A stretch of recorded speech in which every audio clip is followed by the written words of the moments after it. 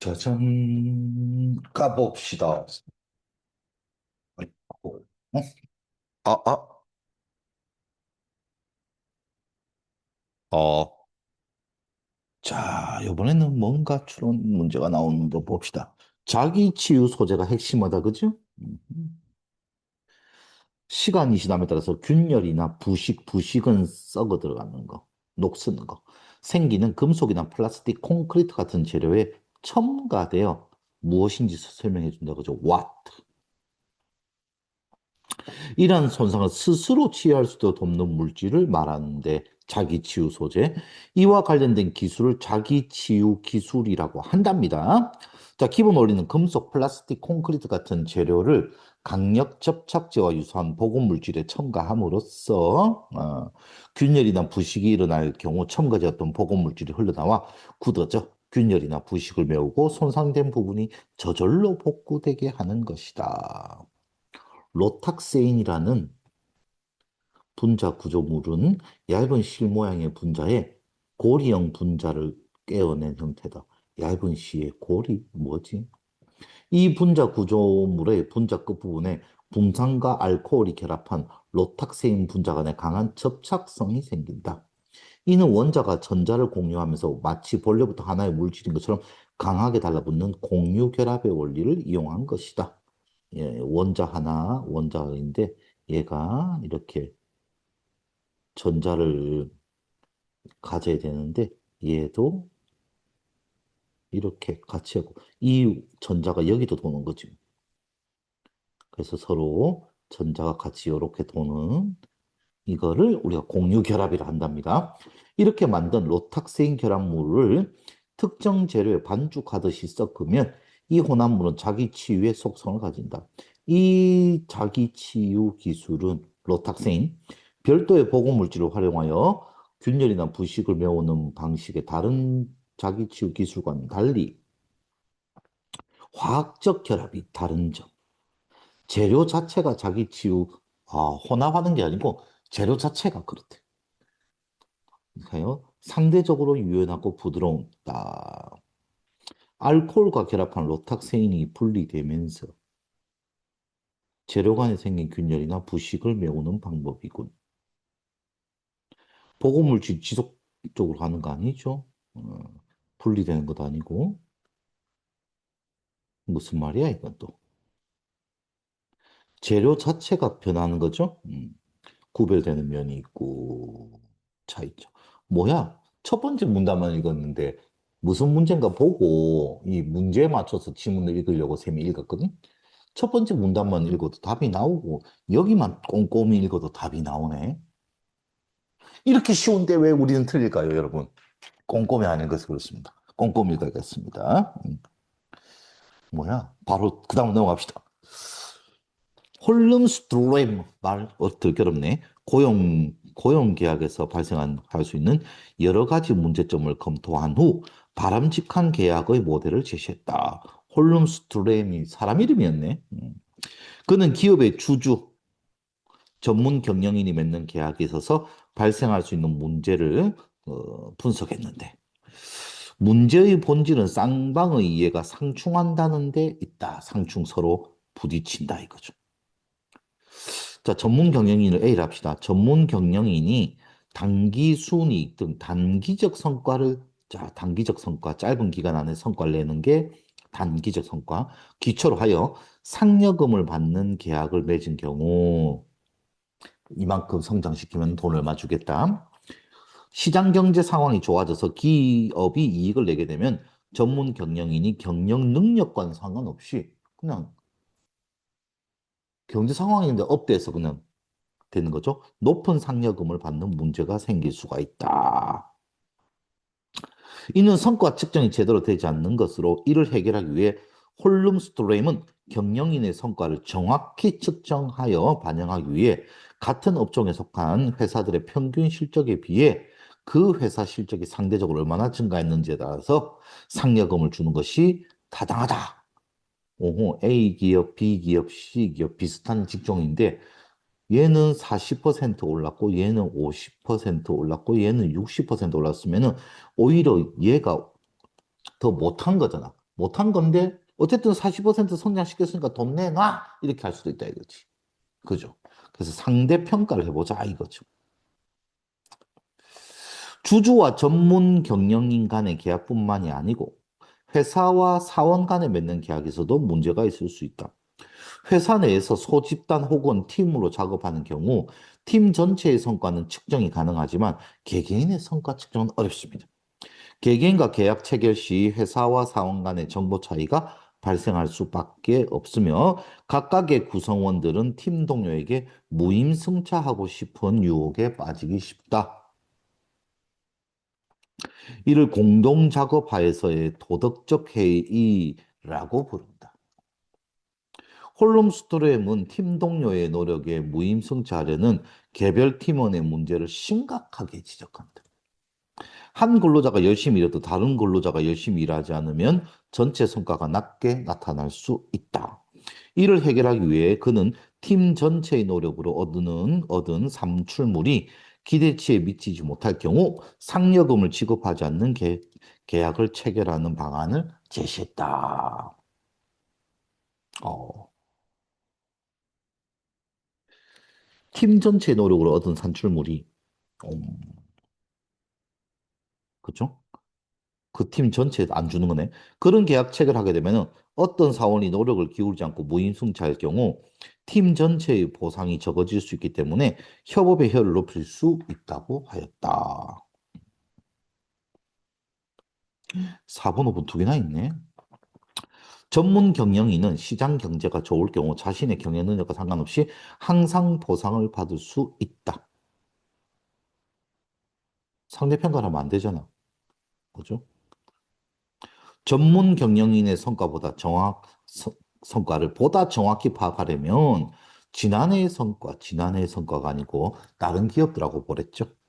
기업의 주주들은 전문 경영인과 근로자의 성과를 정확히 측정한 결과를 바탕으로 보상하고자 하죠. 전체 성과는 한두 명의 성실한 근로자가 열심히 하면 높게 나와서 기대에 부응할 수 있다. 안 되죠. 조금 전에 봤죠. 공동 작업하에서의 도덕적 해이 때문에 개별로 작업하는 것이 협업보다 능률적이다. 이게 무슨 말이야? 그렇죠. 협업의 효율을 높이자고 했죠. 협업하지 말자고 한 적은 없습니다. 자, 기억의 이유. 판매자는 묶어 팔기를 통해 이득을 얻을 수가 있다. 묶어 팔기 하면. 자, 묶어 팔기는 두 개 이상의 서로 다른 상품을 한꺼번에 묶어 파는 판매 전략으로 묶인 제품들이 상품에 따라 일정 비율로 결합된다는 특징이 있다. 묶어 팔기는 판매자가 시장에서 가격을 결정할 수 있는 독점적 지위. 내가 가격을 정할 수 있다. 이런 독점적 지위를 가질 때 가능합니다. 같은 상품을 각개의 상품으로 판매하는 경쟁자가 있다면 소비자가 굳이 묶어 파는 상품을 선택하지 않아도 되기 때문입니다. 판매자가 묶어 팔기를 시도하는 궁극적인 동기는 이윤을 극대화하기 있습니다. 손해보는 장사는 안 하겠죠. 여러 상품들을 따로 팔 때보다 묶어 팔 때 판매자 이윤이 더 커지는 이유가 뭘까요? 요거죠. 답이 여기 나옵니다. 묶어 팔 때 판매자 이유. 어떤 카페에서 커피와 케이크 두 상품을 판매하고 있는데 A와 B 두 소비자가 있다고 가정해 봅시다. 소비자. 표 분석이 요번엔 중요한 거네. 각 상품에 대해서 두 사람이 최대로 지불할 용의가 있는 가격을 유보 가격이라고 부르는데 나는 이 케이크에 3만 원까지 낼 수 있어 라는 게 유보 가격이네. 유보 가격이 다음과 같다고 합시다. A는 커피 5천 원, 케이크는 7천 원. B는 커피 더럽게 좋아하네. 그죠? 8천 원까지 낼 수 있는데 케이크 단 거 싫어해. 4천 원 끝. 그죠? 자, A는 케이크에 대해 B보다 더 큰 금액을 용의가 있는 데 비해 B는 커피에 더 큰 금액을 낼 용의가 있다. 판매자 입장에서는 커피와 케이크의 생산 원가가 무척 낮아 많이 판매할수록 자신에게 유리하다.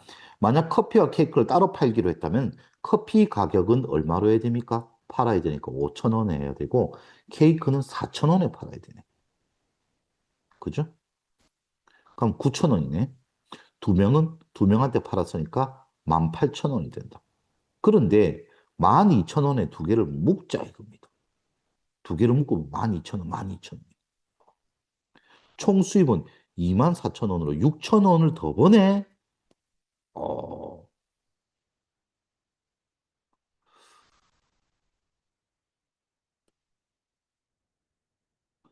유보 가격의 합으로 가격을 설정하여 낱개로 팔 때보다 가격이 올라갔기 때문이죠. 가장 높은 유보 가격 7,000원, 8,000원, 한 15,000원인데 아닌데 이러면 안 되는데 12,000원으로 했는데 가장 높은 유보 가격 아니네. 상품을 따로 팔 때에 비해 더 높은 유보 가격으로 판매한다. 5번이 답이네. 그죠? 확인 안 했으면 큰일 날 뻔했어. 그죠? 야, 멋진 문제네. 속임수. 따단, 따단. 자, 오늘 좀 많이 합시다. 오늘 끝내버려야 되죠. 그죠? 다음 주까지 질질 끌기가 싫어. 기억의 예로 가장 적절한 것은 인신공격의 오류. 산골 오두막집에 어머니와 어린 오누이가 살고 있었는데 일을 하고 돌아오던 어머니를 잡아먹은 호랑이가 오누이 집에 가서 엄마가 왔다. 엄마라고 생각한 오누이가 문을 열어준다. 그 유명한 떡 하나 주면 안 잡아먹지. 해와 달이 된 오누이네. 호랑이는 자신이 엄마가 아니면서 엄마라고 했으므로 정직하지 못한 틀린 판단, 즉 거짓말을 했다. 오니는 정말 엄마라고 생각했지만 잘못된 판단을 했지만 정직했지만 틀린 판단, 즉 오류를 저질렀다. 거짓말과 오류는 다른 거예요. 말하는 이가 알면서도 저지르는 거짓말과 달리 오류는 모르고 저지르는 경우가 많으므로 모르고 틀린 판단을 하지 않기 위해서는 오류의 유형을 알 필요가 있다. 다음은 오류의 몇 가지 유형입니다. 인신공격의 오류. 주장하는 내용과 상관없이 말하는 사람의 인품, 성격, 신상 정보 등을 트집 잡아 주장하는 주장을 비판하는 겁니다. 네 생각은 틀렸어. 너는 10살밖에 안 됐기다. 그 사람 말을 들을 필요도 없어. 대학도 안 나온 사람이잖아. 같은 예다. 그죠? 성급한 일반화의 오류. 한 개를 봤는데 전체가 그럴 거다 생각하는 거죠. 서울 사람들은 부자야. 서울에 사는 내 친구는 갖고 싶은 거 다 사더라고. 잘못된 인과관계. 네가 겁이 많은 건 키가 작기 때문이야. 까마귀 날다 배 떨어진다. 흑백 논리. A 아니면 B. 그죠? 자, 인신공격의 오류 찾으러 갑시다. 영희를 좋아하지 않는 걸 보니 너는 영희를 싫어하는구나. 흑백 논리. A 아니면 B. 그는 국회의원 돼서 안 돼. 인상 나왔다. 그죠? 관상은 과학이다, 이거는.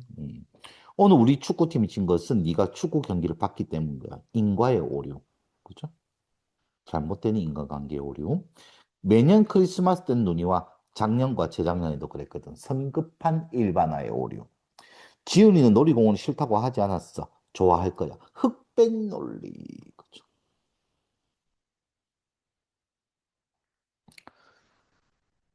자, 다음 글을 바탕으로 추론할 수 있는 내용으로 가장 적절한 것은 19세기 프랑스 생리학자 앤 에티엔 질 마레는 이름 어렵네. 생리학의 전통적 연구 방법인 관찰이나 언어 묘사 대신 대상의 움직임을 그래픽 기계로 기록하는 방법을 개발했다. 그가 처음 성공한 그래픽 기계는 맥박 측정기인데 이건가? 하는 거. 그는 이 장치를 이용하여 심장에서 나오는 피가 동맥벽에 닿아 생기는 주기적인 파동인 맥박을 연속적인 선으로 기록하였다. 말에는 이 방법을 통해 인간의 주관성이 개입할 수 있는 감각이나 언어를 배제한 채 대상의 이미지를 최대한 객관적으로 포착해내고자 하였다. 그리고 그는 그 이미지를 간단한 선으로 표현함으로써 인간의 눈으로 대상의 움직임이라는 현상을 쉽고 정확하게 비교 분석할 수 있게 하였다. 하지만 이 그래픽 방법은 여러 가지 신체 부위의 다양한 움직임을 동시에 모두 보여주기는 어려워요. 게다가 이 방법으로는 대상의 형태와 위치를 시각적으로 유사하게 보여줄 수 없다. 이를 해결하기 위해 말에는 그래픽 대신 사진수를 활용했다. 그가 사진수를 활용하게 된 것은 대상의 움직임을 연속된 사진으로 촬영하는데 성공했기 때문이다. 마이브릿지의 연속 사진은 여러 대의 카메라, 다른 사람이 먼저 했네. 마이브릿지가 연속 사진을 했네. 여러 대의 카메라로 대상의 하나의 연속적 움직임을 촬영한 후 그 들을 연결해 놓은 것이다. 말에는 이러한 사진으로는 대상의 움직임을 정확하게 분석할 수 없다고 생각하여 자신이 원하는 카메라를 직접 개발했다. 말의 크로노포토그래피는 한 대의 카메라, 한 장의 강광판, 한 장에 담긴 연속된 이미지를 특징으로 한다.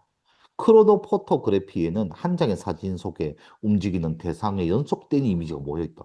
한 장의 사진에 이렇게 있으면은 막 이런 행동을 했다면은